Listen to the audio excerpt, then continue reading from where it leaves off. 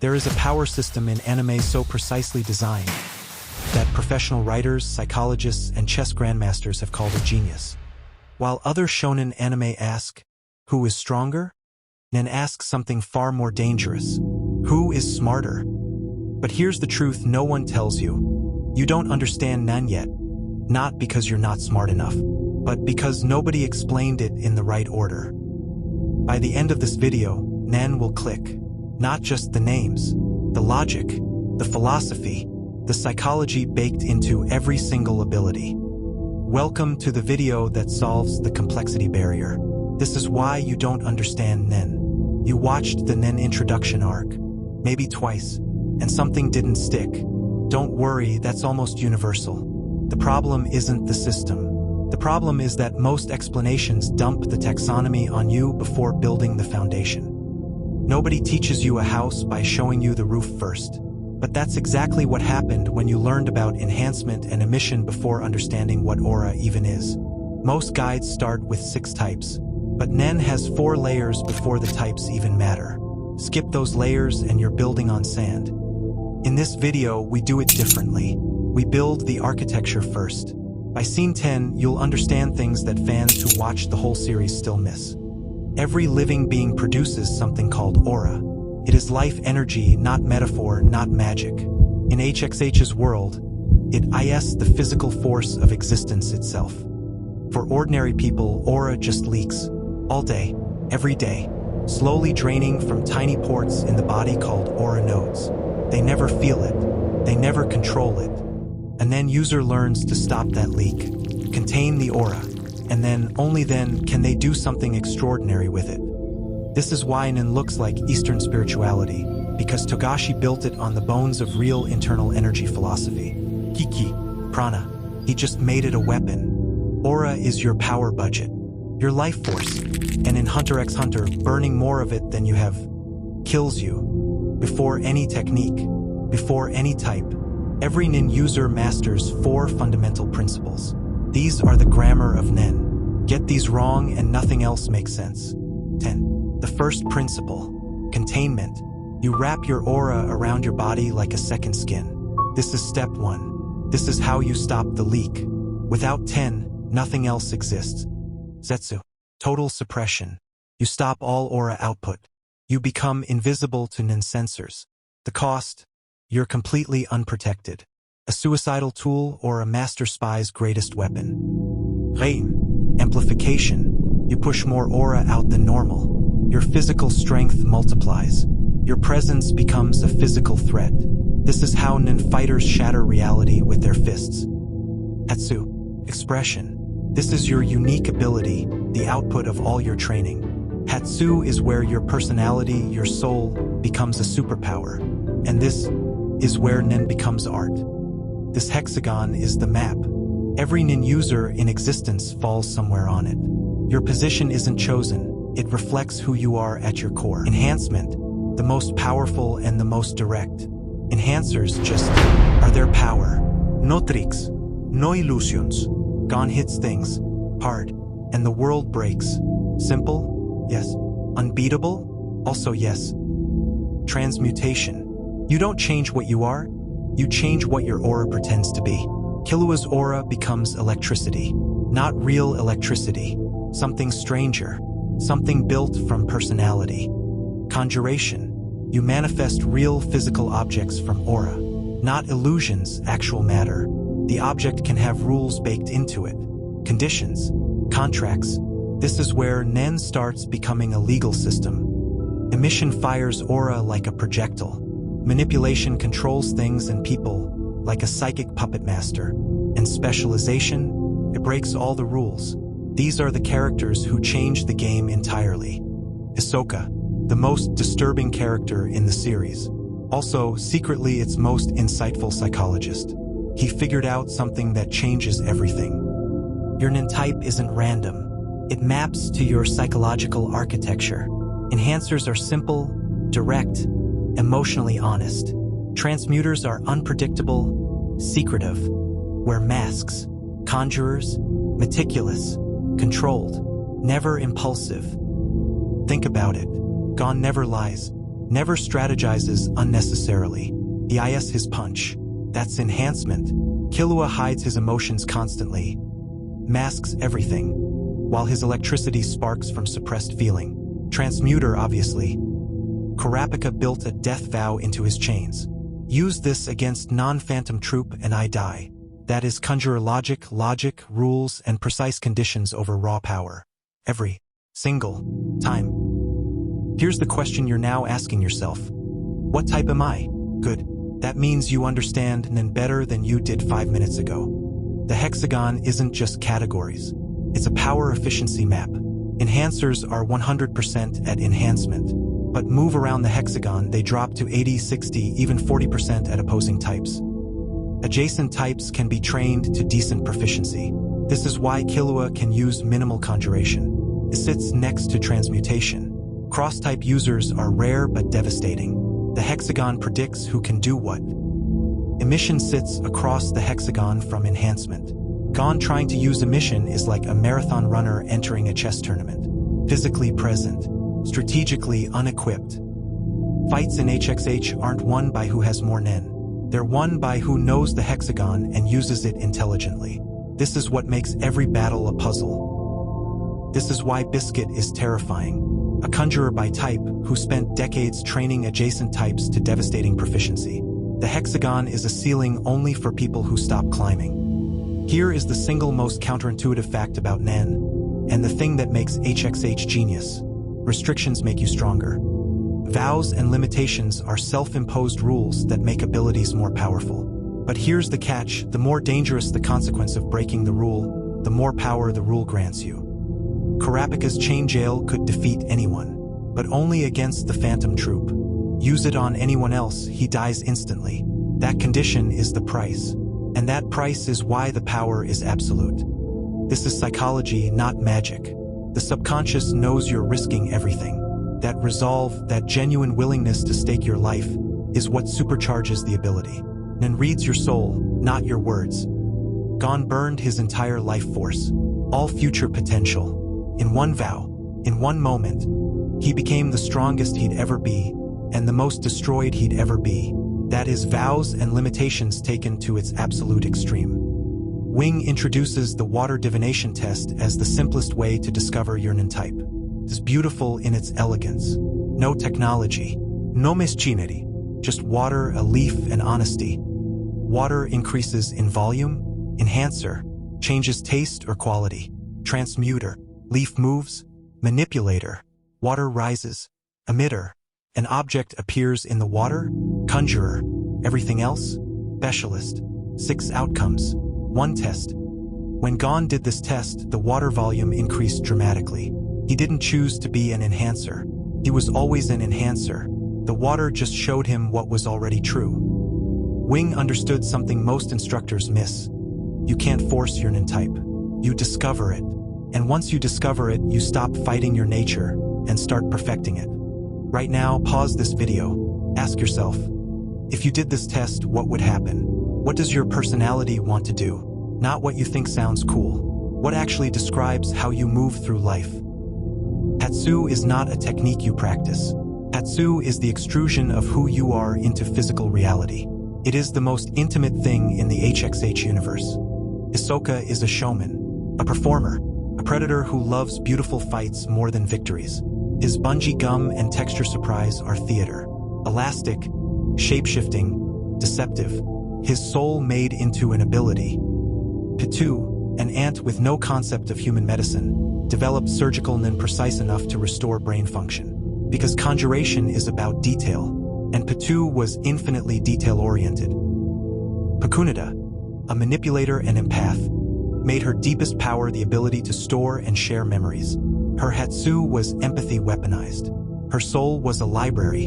Her bullets were confessions.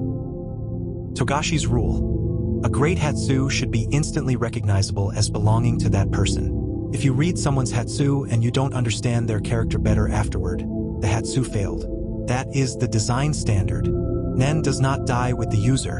A person's NEN can persist after death, sometimes growing stronger from the emotional intensity of dying. This is the system's most psychologically profound mechanic. Users with powerful grudges leave their nen behind as curses. And a dead man's grudge, untempered by mortality concerns, can be more dangerous than anything a living fighter can produce. Pakunada used her final moments to fire memories into her friends. Her last act was sharing truth. Her nen, fueled by love and loyalty, carried the message past death itself. Try telling me that's just a power system. Meruem died not with a curse but with peace. His nen at the end was quiet, small, human, the most powerful nen user ever, choosing at the very last not to rage.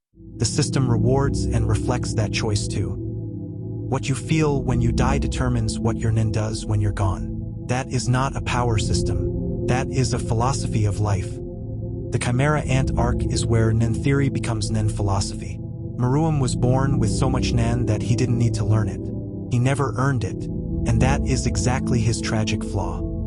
Netero spent 50 years praying not for power, but for gratitude. His nen reflected genuine humility and devotion. The Bodhisattva was not a weapon. It was a prayer that happened to be able to destroy continents.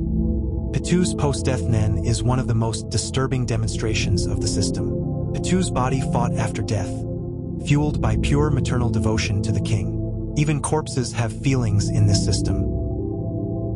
Palm's nen ability was built on obsession. She was terrifyingly in love. Her power tracked everything she loved and feared. Her psychological state is her technique. She is Hatsu theory embodied. Netero embedded a nen-triggering bomb in his own heart. His final restriction. This fires when my heart stops. That vow, built on a dead man's absolute last word, was his greatest ability. And it was lethal. Jing Freaks built a video game out of nen. Not a metaphor. A literal digital physical world where 11 nen masters collaborated to make fictional items real. Greed Island is the most creative application of nen in existence. Emission-type nen, applied at civilizational scale, created a pocket dimension accessible only by nen users. The world was real enough to die in. The stakes were absolutely real. The game was absolutely nen. Greed Island proves something essential about nen. It is limited only by imagination, mastery, and the willingness to build something bigger than yourself. 11 people believed that was possible, and they were right. Greed Island's purpose, from Jing's perspective, wasn't treasure. It was a training ground, a place where Gon could grow without knowing he was being shaped. Even the game was a nen ability of education. Jing is a specialist, naturally, because specialists are outliers, people whose nen doesn't fit a category because their mind doesn't fit a category.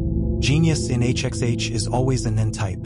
The Dark Continent arc recontextualizes everything. Nen isn't rare at the civilizational scale. Entire societies, entire ecosystems, have developed around nen-equivalent powers beyond the known world.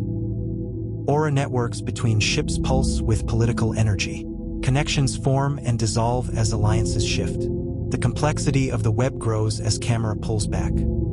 Parasitic nen, abilities that activate in hosts without the host knowing, represents the ultimate invasion of personhood. Nen as colonization, nen as systemic control.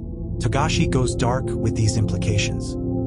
Collaborative nen, multiple users combining abilities, produces emergent powers impossible for any individual. The system rewards cooperation. It rewards trust. It rewards relationships. Even the combat system is social. Kurapika, who started as a vengeance-driven boy, ended up as the most knowledgeable nen teacher in the series. His tragedy became his expertise.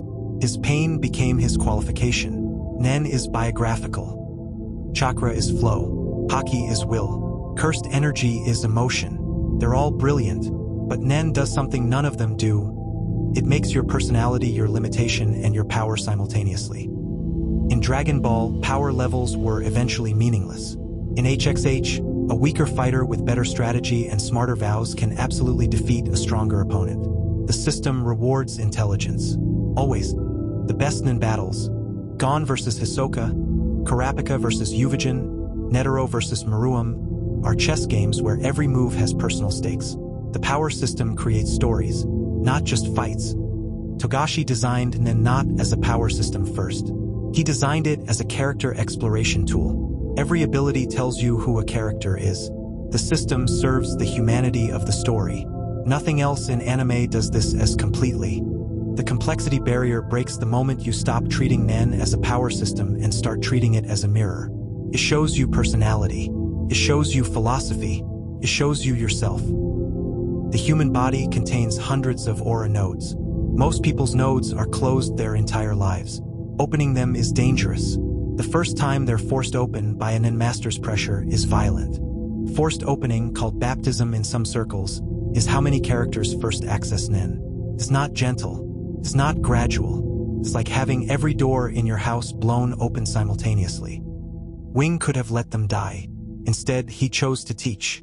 In doing so, he honored the most important tradition in HXH. That Nen is knowledge that must be passed down, person to person, with intent.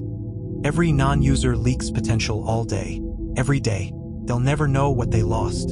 For Nen users, watching this is like watching someone pour water down a drain while dying of thirst. Mastery in Nen isn't explosive. It's quiet. It's the absence of waste. The absence of leakage. The most powerful Nen users glow less than the most excited beginners. Control is the real power.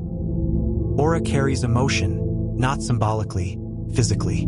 Every feeling you have is encoded in your aura output. A skilled Nen reader can sense your mood before you speak a word. Bloodlust is a real physical force in HXH. A master fighter's killing intent can paralyze a lesser opponent. No attack required. This is Nen as psychological warfare made literal. When Gon's rage peaked, his Nen didn't just increase, transformed. His emotional state rewrote the rules of his power. Nen becomes what the person becomes. There is no separation. Nen is also love. Characters who trust each other share aura more efficiently. Killua protecting Gon didn't just feel like devotion. It literally increased his aura efficiency in defense. The system rewards bonds. Nen's psychological design says this: your pain is not wasted. Every tragedy, every obsession, every unresolved grief, Nen can transform it.